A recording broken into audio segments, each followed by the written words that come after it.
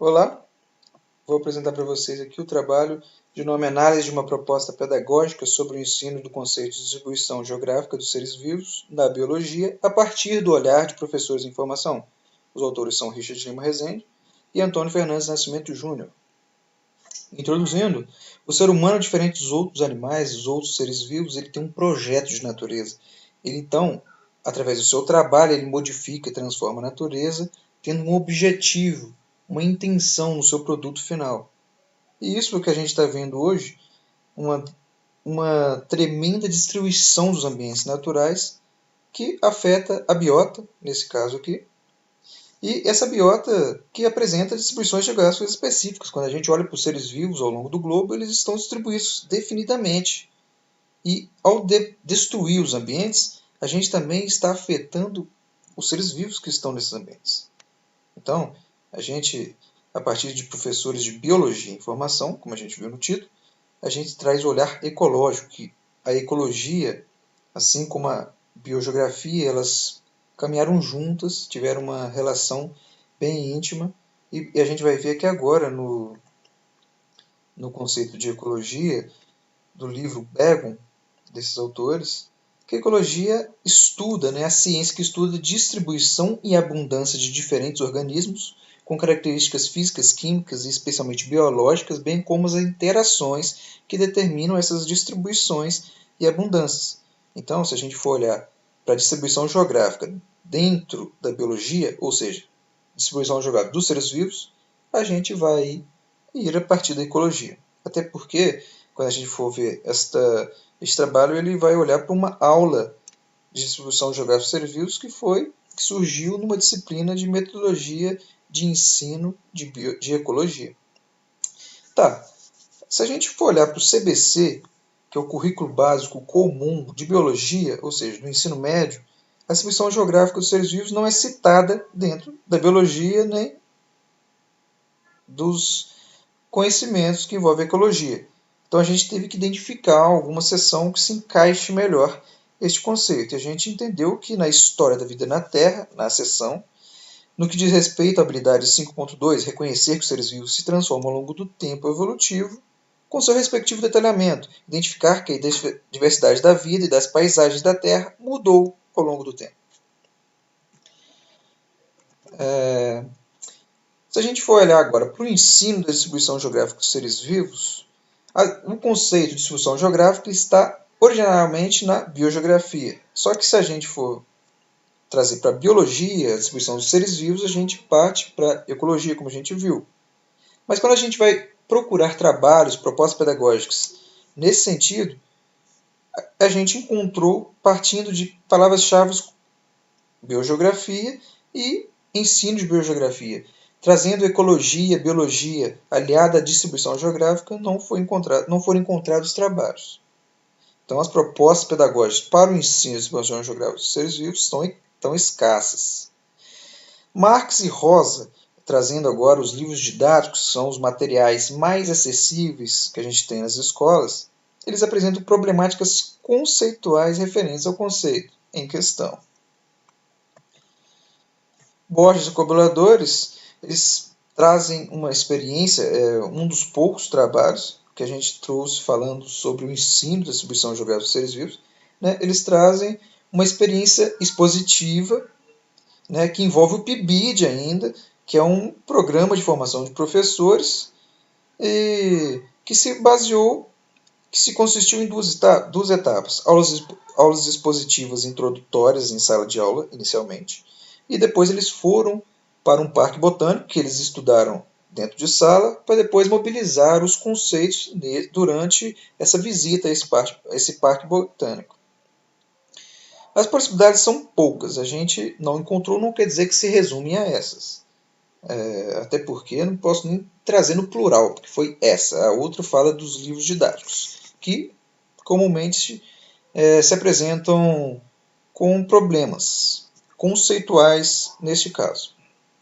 Então vamos olhar, partindo desse exemplo anterior, que um PIBID teve uma relação PIBID-escola em que não houve um processo ou uma possibilidade de transformação do cenário tradicional do ensino, que é problemático, que parte da exposição, aluno passivo, é o que muitas pessoas, possivelmente você que está me ouvindo, também passou por esse processo de ensino.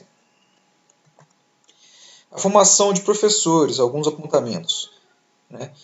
Como a gente trouxe agora sobre a prática tradicional envolvendo o PIBID, a gente traz inicialmente Tardif e Raymond sobre o eu professor, que se forma antes mesmo do professor ou do professor em formação entrar na faculdade. Ele se forma desde a casa, a família e principalmente a escola básica, em que o professor, quando jovem, olha estratégias, passa por estratégias, vivências em que o professor utiliza tais estratégias de ensino, isso fica na memória e isso acaba sendo reproduzido quando ele vai para a sala de aula. Libânio e Gatti, que eu trouxe no trabalho, eles trazem que a formação de professores em si é dicotômica. Então são separados, por exemplo, na licenciatura e na pedagogia, os conhecimentos pedagógicos e os conhecimentos disciplinares científicos, por exemplo. Então, há uma dicotomia entre os saberes que são constituintes do saber do professor. E isso forma professores, por exemplo, na licenciatura, especialistas em conteúdo, mas deficitários em conhecimentos pedagógicos didáticos. Então, partindo dessas problemáticas, a destruição da natureza que afeta a distribuição dos seres vivos, que evolutivamente é definida ao longo do globo, as propostas pedagógicas estão escassas, pelo menos na pesquisa desse trabalho, e as problemáticas já históricas da formação de professores. Então, a gente vai propor uma proposta pedagógica, analisando ela, e essa proposta foi sobre o ensino de distribuição dos seres vivos. Então, uma breve descrição dessa aula. Inicialmente, o professor propôs que os alunos desenhassem um mapa mundi e 3 animais de cada um. São 2 animais. Ficou meio confuso agora. Onça e leão, 3 desenhos de cada um, para serem colados depois no globo, nesse mapa mundi que eles vão desenhar, e isso passa a se tornar um painel, um tipo de painel. E a partir dessa colagem, os alunos e o professor foi discutindo sobre as características desses animais, onde eles são encontrados, os fatores que influenciam a distribuição desses organismos, desses seres vivos ao longo do globo terrestre. Então, após essa etapa, discutido sobre alguns aspectos da história evolutiva desses grupos, o professor trouxe um vídeo do camarão pistola, que ele apresenta 6 pares de espécies, 6 espécies de um lado do Oceano Pacífico e as outras 6 do Oceano Atlântico, separadas pelo Istmo do Panamá, que supostamente explica a diferença de localização desses grupos e, ao mesmo tempo, a relação de parentesco muito próximas. Ou seja, antes do Istmo do Panamá surgir, essas espécies eram uma só, viviam juntas, só que com essa barreira, que a gente chama de vicariância, fez com que se separassem e diferenciassem. De acordo com que a turma trazia os fatores que influenciam a distribuição dos seres vivos, o professor colocou um pequeno fragmento do filme Era do Gelo, de 2002, para que os alunos pudessem ver a migração devido à era glacial que estava se aproximando e fez com que eles se migrassem para outro lugar.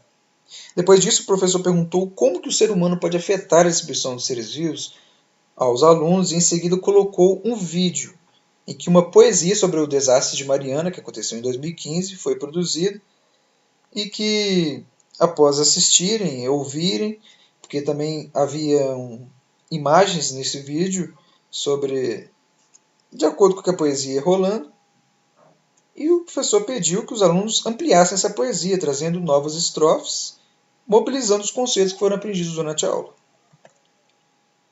A metodologia deste trabalho se enquadra em metodologia qualitativa e ela utilizou o método de categorização de falas de Minay, Deslandes e Gomes.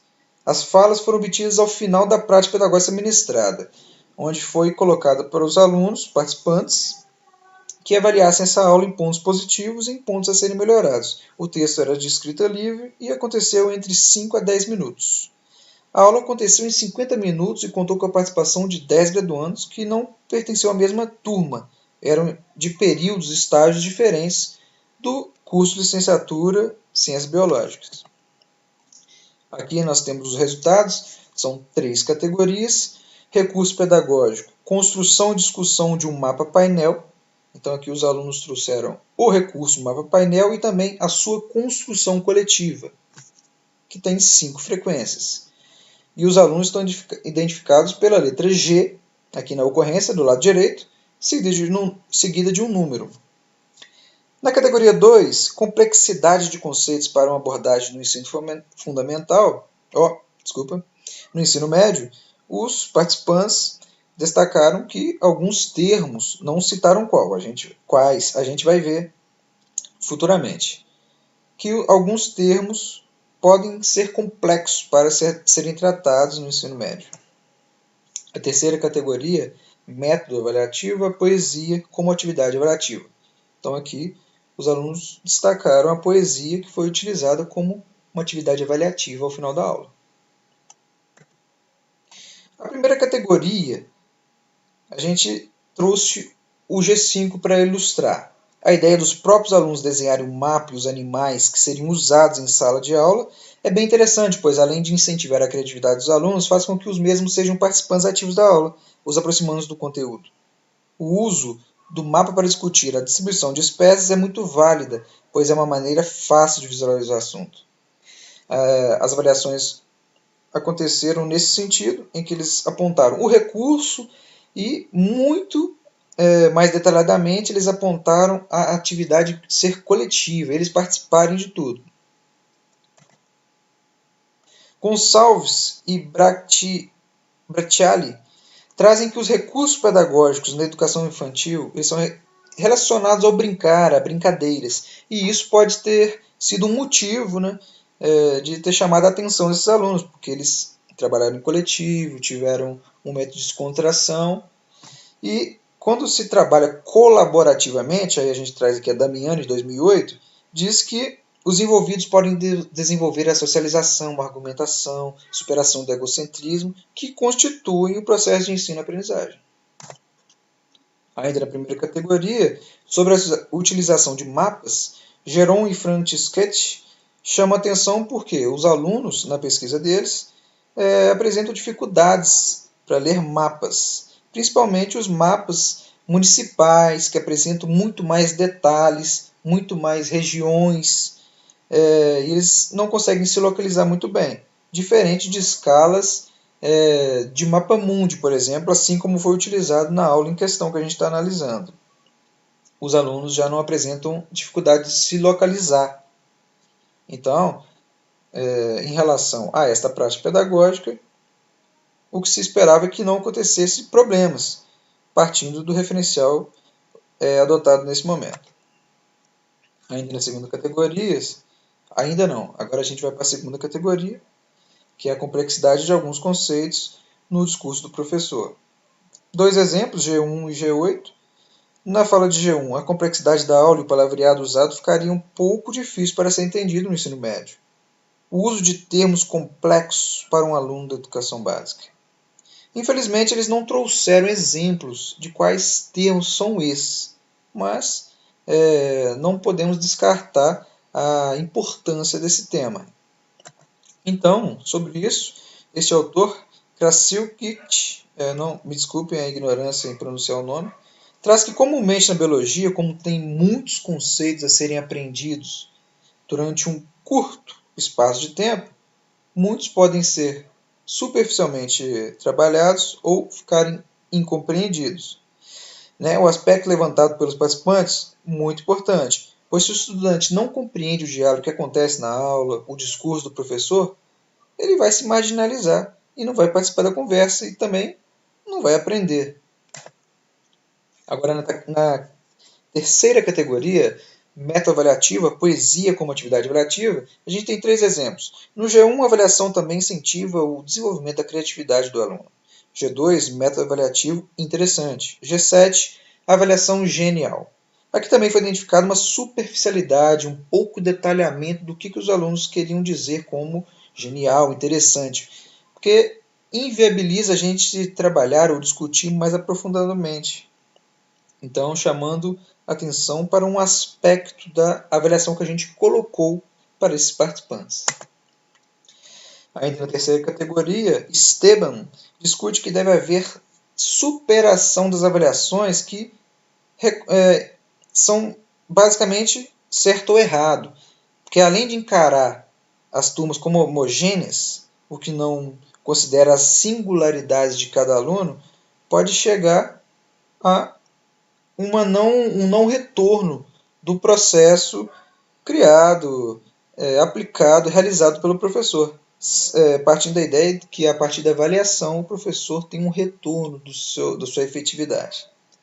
Pereira, Silva e Silva, sobre o uso de poesia como avaliação, eles trazem que possibilita uma alternativa às avaliações conservadoras e que os estudantes se socializem, colocando questões emocionais, pessoais, uma troca de sensibilidades durante um processo de educação escolar, que o conceito, o conteúdo científico, por exemplo, vai estar aliado a uma expressão artística, a um momento de maior sensibilidade.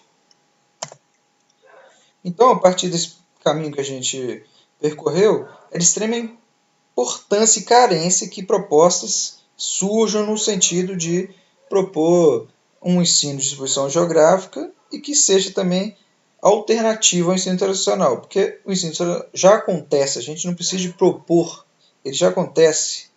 Então, além disso, o CBC também não tem uma menção ao termo dentro da biologia. Então, quando a gente foi procurar propostas, a gente teve que procurar sobre biogeografia, ensino de biogeografia. Então, este trabalho e trabalhos dessa mesma natureza devem acontecer mais. O uso e produção do mapa painel, que foi a primeira categoria, foi reconhecido pelos envolvidos e a gente deve se destacar, porque como um recurso promissor, ele agiu de forma interessante, segundo a fala dos envolvidos, e também proporcionou a participação, porque o processo foi coletivo, os alunos participaram, de fato. Outro ponto importante é o professor reconhecer a complexidade de seu discurso em sala de aula, porque assim ele pode evitar uma má compreensão ou marginalização dos alunos durante o seu processo de ensino-aprendizagem. A poesia também se demonstrou conhecida pelos participantes, reconhecida, como um meio interessante e que promoveu a expressão artística dos envolvidos e também uma coletividade, porque eles apresentaram seus trechos poéticos.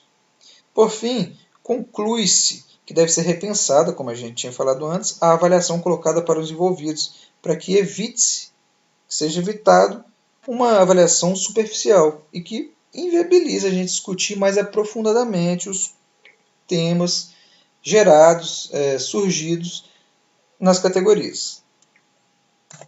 Aqui foram algumas as referências que a gente usou nessa apresentação. Muito obrigado.